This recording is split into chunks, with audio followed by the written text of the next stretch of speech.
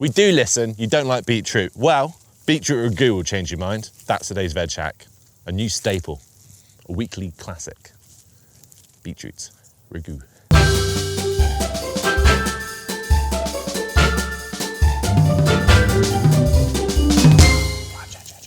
He's a very good juggler. Beetroot Ragu, I mean, it's not a substitution. I hate meat substitution.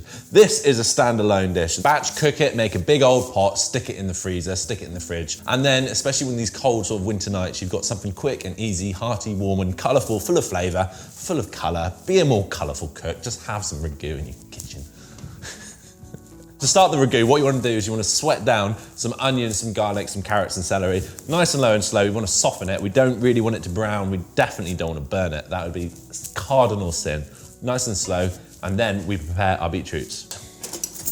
Do you want to peel your beetroots? Sometimes. When you boil a beetroot, what you can do, skins on, boil them, cool them down, and then just use your hands to scrape the skin off. When they're raw, easiest way to do it is just get a peeler. I mean, revolutionary, right? Peel your beetroots with a peeler. God, look at the colour. They never fail to impress that something like this exists under that brown skin.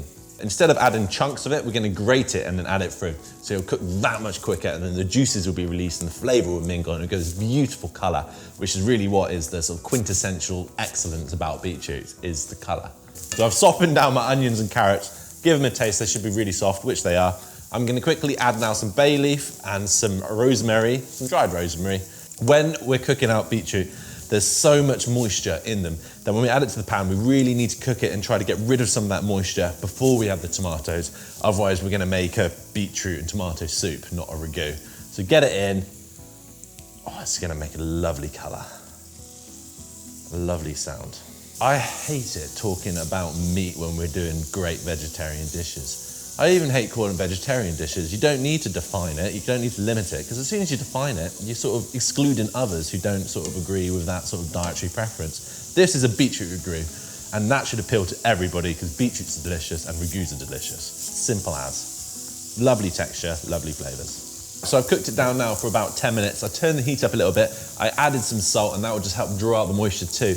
And the texture sort of completely changed. It's gone really soft, but it's still sort of held its structure. It's quite hard to describe. You'll have to try it. So about this stage now, we're ready to do sort of classic ragu-y stuff. Gonna get some wine, add it in, bubble off the alcohol, add the tomatoes, add tomato puree, and then just sort of let it sit, let it mingle, let it sort of reduce down a little bit into a lovely sort of sticky ragu-y mess. Look at the colors. I mean, that is just, oh, smells so good. There we go, a ragu for me and you. So I'm just gonna let it simmer down, reduce a bit. I mean, the colour is exceptional.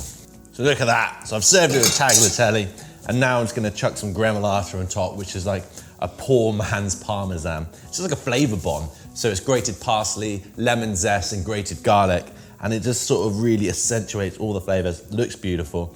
And then I'm gonna put some pine nuts on top just for a bit of crunch. Doesn't that look amazing? Oh, I can't wait to eat it. So there you have it, we've done beetroots. Never again will anyone comment saying, how do we use a beetroot? This is so good, so delicious. It'll be right up there with the classics. It should be one of your weekly staples. So I really hope you give it a go at home. Leave us a comment, give us your feedback, like, share, give it to your friends, and stay tuned for more weekly veg hacks.